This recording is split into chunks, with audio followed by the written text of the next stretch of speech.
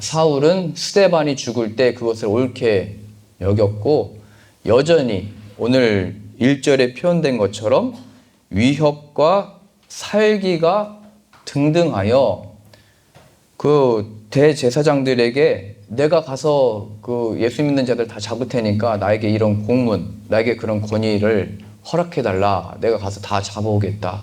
이런 상태였습니다.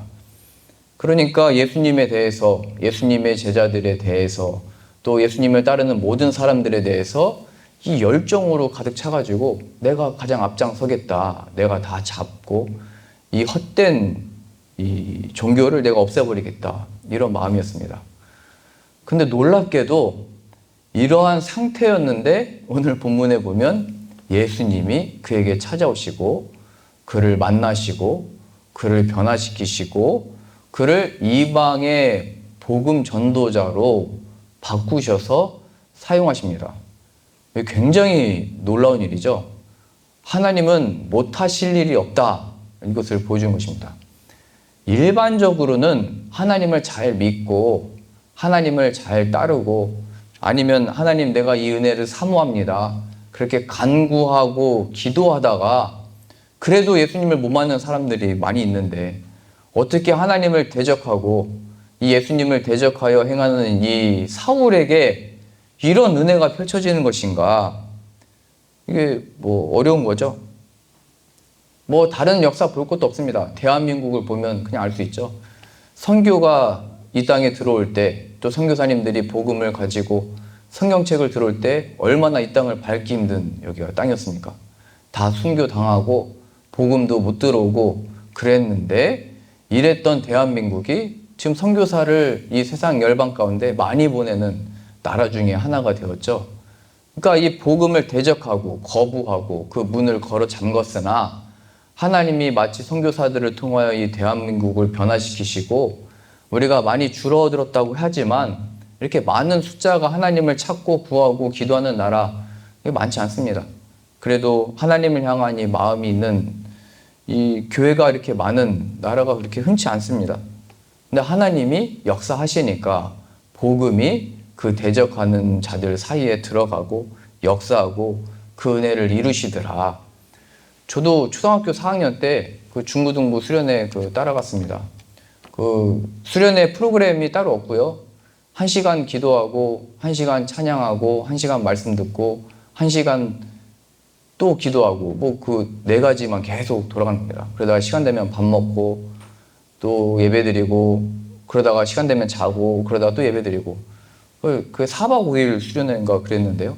그때 5,000명 학생들이 모여서 그렇게 수련회를 했는데 저 첫째 날부터 너무 힘들어가지고 그냥 누워 있었습니다. 어차피 수천 명 이렇게 서 있고 막 기도하면은 이 작은 그 초등학교 4학년 아이가 어디 있는지 어떻게 알겠어요. 그래서 그냥 누워서 거의 자고 있었습니다. 그러니까 하나님 보실 때는 은혜받기 합당하지 않은 아이죠. 이 나이 괜히 왔다. 왜 여기 끌려와가지고 이게 웬 고생이냐. 그런데 어떤 사람이 저에게 와가지고 저를 막 때렸습니다. 제 막 등을 막 때리면서 지금이 누워 잘 때냐. 지금 내가 지금 은혜 받을 때지. 지금 뭐 하는 거냐. 지금 마지막 날이 가까웠다. 막 그러면서 저를 호통치면서 혼내는데 어차피 그 소리도 저밖에 안 들렸을 것 같아요. 왜냐면 다 주변에서 방언하고 막 크게 기도하고 있어가지고 여튼 제 귀의 소리는 깜짝 놀래가지고 기도해야 되겠다. 눈을 감고 무릎 꿇고 기도를 했는데 그 순간에 제 마음이 뜨거워지고 하나님의 역사가 임해서 그 예수 그리스도가 정말 나를 대신해서 십자가에서 죽으신 것이 막 느껴지고 예수님이 없으면 못 살 것 같고 그 순간에 제가 은혜를 받아가지고 1시간 동안 이렇게 기도를 했습니다. 그리고 나서 4박 5일 동안 제게 있는 죄 없는 죄 앞으로 지을 죄까지도 다 고백하면서 하나님 은혜가 필요합니다. 예수님 없이는 뭐 못 사는 존재입니다. 이 고백했던 것이 기억납니다. 그러니까 우리가 하나님께 나와서 나에게 은혜 베풀어 주십시오. 나에게 함께 해 주십시오. 그게 우리의 마땅한 자세인데 하나님이 일하시는 방식은 우리의 생각과 우리가 아는 것을 넘어서서 일하신다는 역사입니다. 하나님이 뜻하시고 작정하시면 이렇게 대적하는 자도 변화시키더라. 그러니 내 옆에 있는 사람, 내가 보기에 정말 가능성이 없어 보이는 사람 보면서 판단하지 말고 하나님께 맡겨라. 하나님의 때에 하나님께서 이루신다. 옆 사람 보면서 당신 이렇게 하지 말고 나를 가리키고 있다는 걸 기억해야 됩니다. 여보, 나 같은 사람도 하나님이 함께 계시면 변화받을 수 있으니까 나를 위해서 기도해줘. 이렇게 되지. 당신도 언제가 되면 하나님이 변화시킬 겁니다. 이렇게 하는 거 아닙니다. 그건 못된 거고요. 하나님도 나와 함께 계시고 나에게 은혜 베푸시면 변할 테니까 나도 잘 안 된다. 나도 그렇게 신앙생활 오래 했지만 어렵다. 그러니까 나를 위해서 기도해주고 나에게도 이 은혜가 필요하다. 오늘 사울을 봐라. 하나님을 대적하여. 이거 하나님에 대한 열심은 있지만 오히려 예수 믿는 자들 이렇게 박해하는 자처럼 나도 내 열정과 내 열심으로 예수 그리스도가 아니라 내가 얼마나 열심히 믿는지, 내가 얼마나 열심히 사는지, 내가 얼마나 이 의롭게 사는지, 옳게 사는지 여기에 빠져 있었다. 은혜가 필요하다. 나를 위해 기도해라. 이렇게 우리가 구할 수 있는 것이죠. 이러한 사울 얘기는 이따 뒤에서 하려고 하고요. 이렇게 예수님을 만나고 변화된 이 사울에게 이제 쓰시기 전에 아나니아에게 예수님이 가셔서 지금 사울이라는 자가 기다리고 있다. 그리고 내가 가서 안수해 주는 것을 그가 보았다. 그러니까 앞으로 일어날 일을 그가 이제 알게 됐으니까 아나니아야, 내가 가서 그에게 안수해라. 그러면 그가 성령 충만함을 받고 앞으로 내 일을 이루게 될 것이다. 10절입니다. 여기 이렇게 이제 나와 있죠. 그때에 다메섹에 아나니아라 하는 제자가 있더니 주께서 환상 중에 불러 이르시되 아나니아야 하시거늘 대답하되 주여 내가 여기 있나이다 하니 주께서 이르시되 일어나 직가라는 거리로 가서 유다의 집에서 다섯 사람 사울이라 하는 사람을 찾으라. 그가 기도하는 중이다. 그가 아나니아라 하는 사람이 들어와서 자기에게 안수하여 다시 보게 하는 것을 보았느니라. 그러면 이 예수님의 또 제자요, 하나님의 말씀에 민감하니까 또 주님이 찾아가셔서 이 말씀을 주신 거잖아요. 사울이 있고 그에게 가서 기도해주고 주의 뜻이 펼쳐지도록 가서 중보해라. 그러면 순종하고 나아가야 되는데 이 아나니아가 어떻게 대답하는지 보세요. 13절입니다. 아나니아가 대답하되 주여 이 사람에 대하여 내가 여러 사람에게 듣사온즉 그가 예루살렘에서 주의 성도에게 적지 않은 해를 끼쳤다 하더니 여기서도 주의 이름을 부르는 모든 사람을 결박할 권한을 대제사장들에게 받았나이다. 그러니까 나 못 갑니다. 얘기하는 거죠. 하나님, 이 사울이 어떤 사람인지 아십니까? 지금까지 이 예수 그리스도 믿는 자들을 박해하고 잡고 오게 가두던 사람 아닙니까? 하나님은 그것도 모르십니까? 뭐 이렇게 얘기한 것이죠. 이게 우리의 신앙생활과 모습 가운데 나오는 거 아닙니까? 하나님, 내 처지를 알고 지금 그런 말씀하시는 겁니까? 이 주님의 말씀, 먼저 그의 나라와 의를 구해라. 이렇게 말씀하셨는데 지금 내 처지가 어떤지 알고 말씀하시는 겁니까? 하나님, 이 세상이 지금 어떻게 돌아가는지 모르십니까? 그게 우리의 말씀에 대한 태도 아닙니까? 그것이 우리가 이 하나님을 대한 어떤 모습 아닐까요? 지금 아나니아라고 하는 하나님의 말씀에 민감하고 주님을 사모하고 예수님을 따랐던 아나니아조차도 하나님, 사울이 어떤 사람인지 모릅니까? 이런 태도를 취했다는 사실에서 저는 많은 위로를 얻습니다. 저도 하나님, 이 땅을 보십시오. 전쟁이 끊이지 않고 기근이 끊이지 않는데 어찌 하나님은 먼저 그의 나라와 의를 먼저 구하라고 하십니까? 이 모든 것들을 좀 해결해 주시고 하나님의 능력이 얼마나 크신지 그 역사와 능력 좀 보여 나타내 주시고 하나님이 그 마음에 먼저 위로해 주신 다음에 주께로 돌아오고 하나님을 찾고 구하라고 말씀해도 되지 않습니까? 이 땅에 가난한 사람들은 아직도 많고 굶어 죽는 사람도 있고 힘들고 고통받는 사람들이 있는데 주의 말씀은 너무 힘들어 보입니다. 자기 십자가를 지고 나를 따르라? 하나님, 이 세상이 지금 어떻게 돌아가는지, 내 처지가 어떤지, 내가 굶고 어렵고 내일에 대한 염려로 가득 차 있는 것을 모르시면서 이런 말씀 하시는 겁니까? 어떻게 주님의 말씀이 내 삶에 능력 있게 역사할 수 있겠습니까? 이게 우리 늘 하는 얘기잖아요. 기도할 때도 마찬가지죠. 기도할 힘도 안 나는 이유가 하나님은 정말 이 세상이 어떻게 돌아가는지, 내가 직장에서 어떤 수모를 겪는지, 내 사업장이 얼마나 위태한지를 모르시면서 말씀하시는 것처럼 어떻게 그런 말씀을 나에게 하십니까? 너희는 먼저 그의 나라와 의를 구하라. 그러면 이 모든 것을 너에게 더하시리라. 예수님이 하신 말씀이신데요. 이 말씀을 누구에게 하신 거냐면 그 모여있는 수천 명의 사람들, 지금 당장 먹을 것도 없는 사람들에게 하신 말씀입니다. 그 당장 듣기에 굉장히 매정해 보일 수 있겠죠. 지금 우리는 배고파서 모였고 예수님이 또 우리의 소원, 이 나라의 회복을 또 해방을 이뤄줄 메시아를 기대하고 왔는데 먼저 그의 나라와 의를 구하라? 주님 앞에 나오면 된 거 아닙니까? 이렇게 기도하면 되는 거 아닙니까? 지금 이 로마에 지배받고 있는 이 시대 상황을 모르고 계시는 겁니까? 우리가 먹을 것조차 없는 것, 지금 물고기 2마리와 보리떡 5개밖에 있는 거 안 보이십니까? 늘 이게 우리의 하나님에 대한 원망 아닐까요? 그러니까 아나니아가 그렇게 얘기하는 거예요. 저 사람은 지금 어떤 사람인지 하나님 아시냐고. 하나님은 사울을 이미 택하셨고 그를 이방과 이 세상 열방의 복음 전도자로 삼기 위해서 택하셨는데 아나니아는 안 된다라고 얘기하고 있는 거죠. 지금 아나니아가 지금까지 잘못 산 건 아닙니다. 그도 의롭고 믿음으로 살고자 했고 하나님의 말씀을 사모했던 사람입니다. 그런데 하나님이 하시는 일을 다 이해하지 못하는 상태에 있더라. 우리도 신앙과 믿음이 생겼을 때 하나님을 다 아는 것처럼 이 자만과 교만에 빠지면 안 되는 것입니다. 그것이 지금 어디서 나오는 거냐면 사울과 같은 사람 볼 때, 또 그런 말도 안 되는 이 상황들을 볼 때 하나님 이거 진짜 알고 하시는 말씀입니까? 하나님이 나를 사랑하는 거 맞습니까? 지금 이 처지 보면 어떻게 하나님의 사랑 내가 그거 간증할 수 있고 내 찬양이 어떻게 내 입술에 나오겠습니까?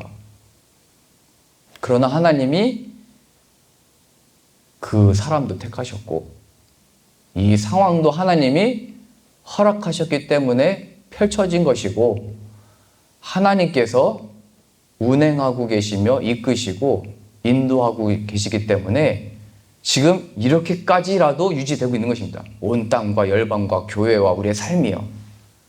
그것을 발견해라. 그것을 알아라. 아직 내 삶은 흑암과 공허가 가득하고 질서가 없습니다. 하나님의 영이 수면에 운행하고 있다. 마치 그 어미새가 그 알을 품고 있듯이 어머니가 태중의 아이를 자궁으로 안고 있듯이 하나님의 영이 모든 것을 감싸고 있는 상태다.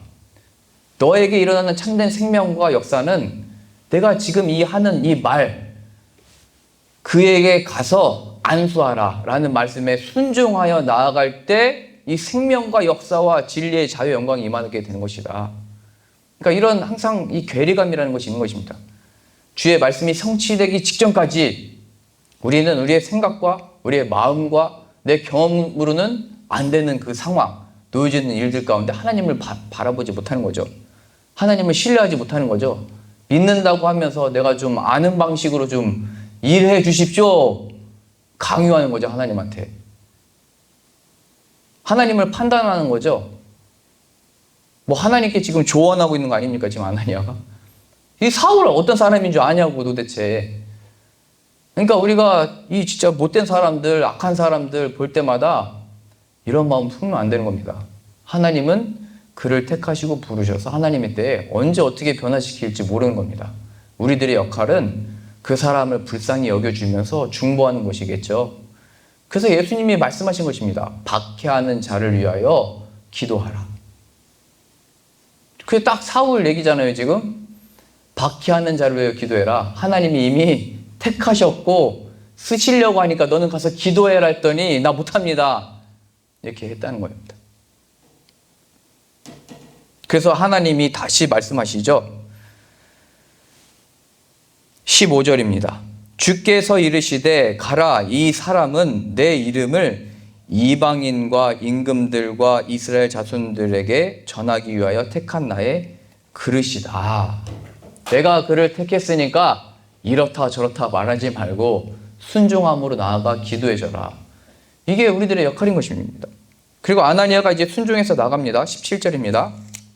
아나니아가 떠나 그 집에 들어가서 그에게 안수하여 이르되 형제 사울아 주 곧 내가 오는 길에서 나타나셨던 예수께서 나를 보내어 너로 다시 보게 하시고 성령으로 충만하게 하신다 하니 즉시 사울의 눈에서 비늘 같은 것이 벗겨져 다시 보게 된지라. 일어나 세례를 받고 음식을 먹음에 강건하여지니라. 하나님의 역사와 이 일꾼이 어떻게 세워지게 된 거냐면 하나님은 뜻하셨습니다 이미. 그런데 아나니아의 기도를 통해서 그 역사가 펼쳐졌죠.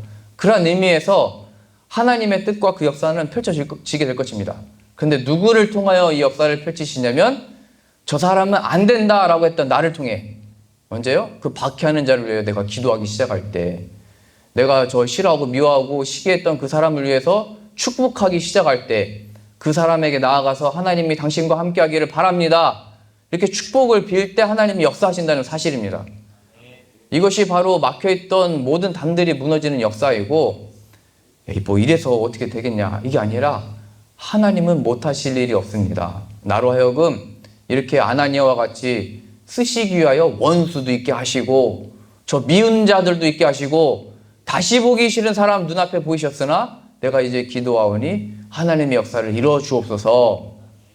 그렇게 기도하고 하나님의 때를 허락하고 마음 주실 때 가서 내가 지금까지 당신에게 이런 마음이었는데 하나님이 나에게 기도하라는 마음 주셨다. 기도합시다. 하나님 이제 우리의 눈과 마음을 여셔서 하나님의 영광을 보게 하시고 이 역사와 이 은혜의 영광을 함께 누리게 하여 주옵소서. 이 모든 복이 예수님 안에 있사오니 예수님으로 회복시키시고 위로하시고 참된 부활의 생명의 영으로 충만케 하여 주옵소서. 이렇게 축복하고 기도해주면 하나님의 그 역사 가운데 내가 이 사람을 변화시킬 수 없고 이 사람의 마음을 만질 수 없고 지금까지 그렇게 옳은 소리를 해서 바꿀 수 없었던 역사가 일어나기 시작하는 겁니다. 내가 기도해서 되는 게 아니라 이미 하나님은 그렇게 복 주시려고 했는데 내가 그걸 가로막고 있는 겁니다. 난 기도하기 싫은데요. 저 사람 보기도 싫은데요. 생각도 안 하고 싶었는데 사울이라니요. 근데 하나님은 이미 마음을 사울에게 두고 계신 것이고 가서 기도했더니 그 놀라운 역사가 펼쳐지는 것이죠. 아브람도 마찬가지였습니다. 아브람이 아비멜렉에게 자신의 아내를 뺏겼을 때 야, 다 끝났다. 하나님이 나에게 후손을 준다고 했는데 아내도 뺏겼다. 그렇게 이제 그냥 다 좌절해 있는데 이제 하나님이 그 아비멜렉의 그 가정의 태를 다 막아버리셨습니다. 저주가 임했죠. 야, 우리 모든 집안에 태가 닫혔다. 이게 무슨 일이냐? 무슨 이게 재앙이냐? 그래서 하나님이 그때 아브람에게 명하셔서 아브람아, 내가 가서 기도해줘라. 그때 아브람이 볼 때는 아니 내 아내도 뺏겼는데 그 사람에게서 무슨 축복의 기도를 합니까? 내가 약자인데 강자가 나한테 축복을 빌고 그 자가 나를 어떻게 대할지 어떻게 알고 내가 거기 가서 기도를 합니까? 아브람이 놀랬겠죠. 걱정했겠죠. 염려했겠죠. 그러나 그가 순종하는 마음으로 나에게 자식을 약속하셨었지, 내 아내를 통해서 이 이삭을 주실 것이지, 이제 그 약속의 말씀을 믿고 나아가서 아비멜렉과 그 가족들을 위하여 축복을 비니까 그 저주가 떠나가게 된 것입니다. 막힌 모든 것들이 열리게 된 것이죠.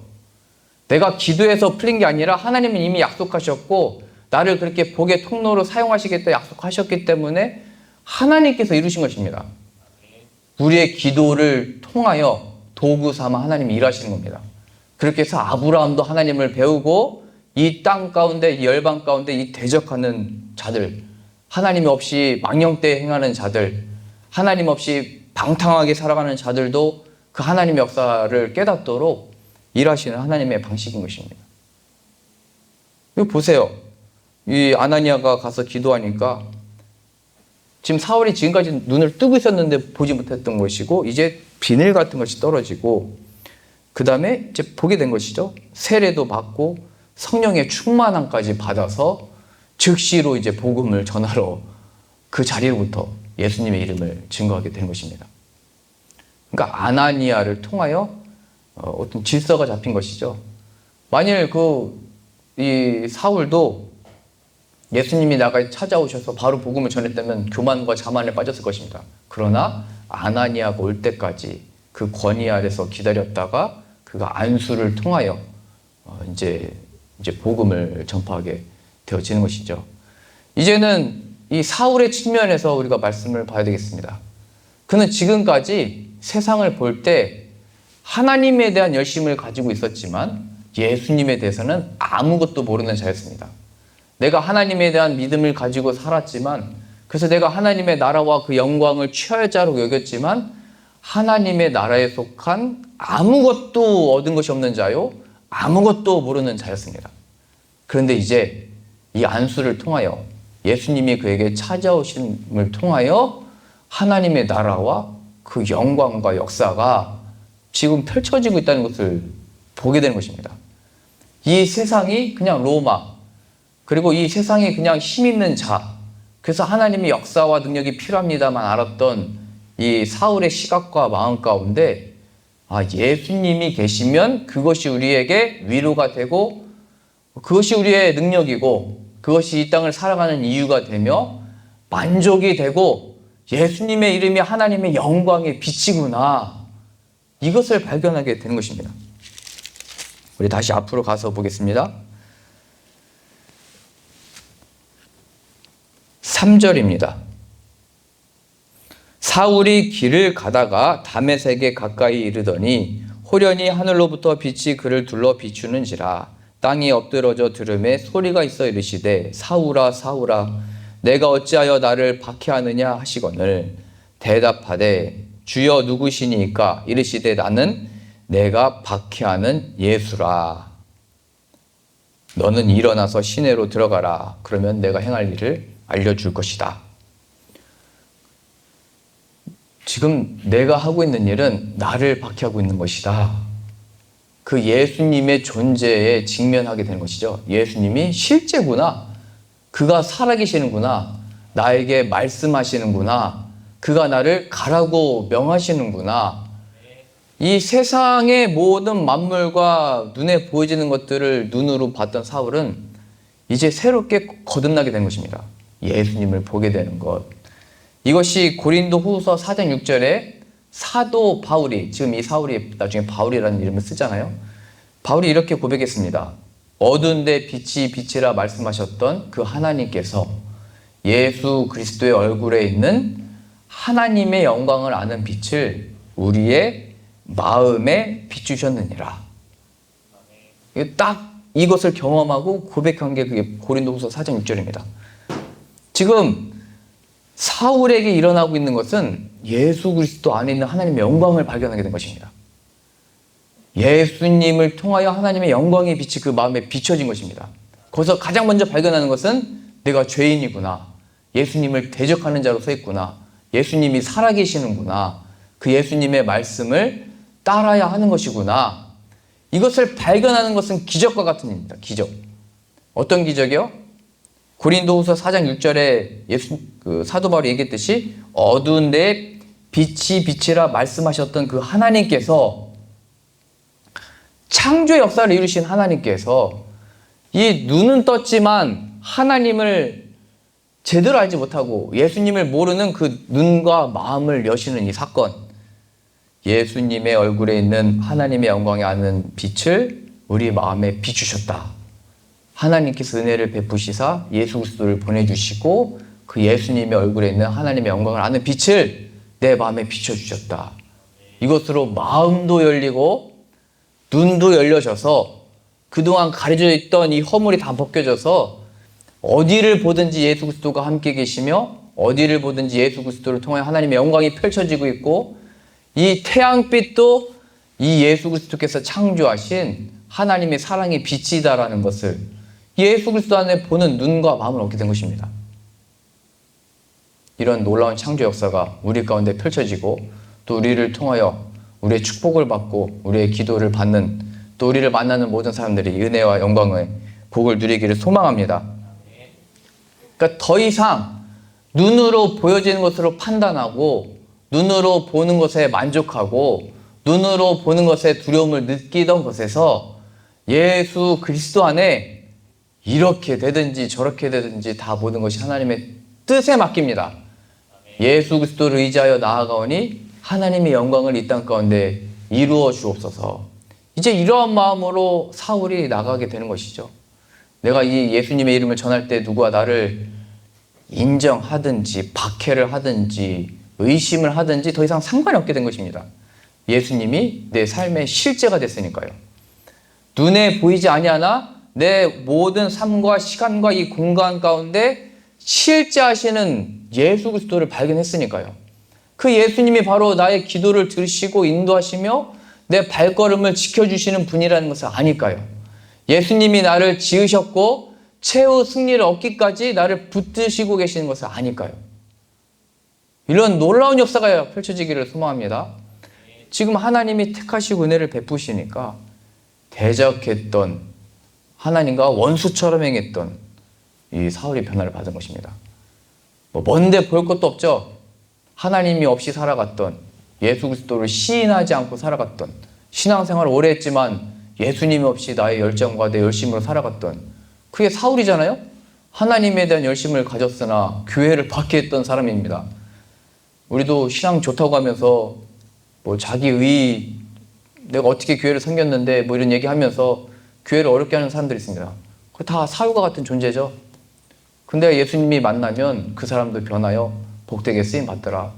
그러니까 늘 우리도 내 마음이 내 열심에 있는지 이 예수님 앞에 있는 건지 발견해야 됩니다. 내 살아계신 예수님을 신뢰함으로 믿음으로 행하고 있는 것인지 아니면 내 꿈과 소원을 가지고 행하고 있는 것인지 늘 분별해야 됩니다. 늘 내가 예수님을 의지하여 예수님이 나타나기를 바라는 마음으로 행하고 있는지 아니면 이 유대인들과 같이 우리의 마음의 소원을 위하여 하나님을 붙들고 있는지 늘 점검을 해야 되는 것입니다. 오늘 말씀 하나님은 못하실 일이 없다.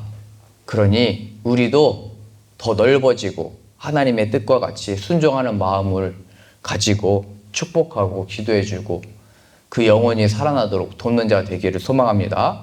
그리고 우리들도 하나님과 아직 원수되었을 때, 대적하는 자일 때, 죄인일 때 우리에게 찾아오신 이 예수 그리스도라는 것을 기억하여 그 예수님으로 충만케 해주시고 내 삶의 실제가 되시며 내 삶의 힘과 피할 바위가 되시고 능력이 되시는 예수님의 이름을 붙들어 나아갈 때마다 우리도 살아나고 우리를 통하여 영혼들이 주께로 돌아오도록 쓰임받는 자 되게 하여 주옵소서. 간구하고 쓰임받는 저 여러분들 다 되시기를 소망합니다.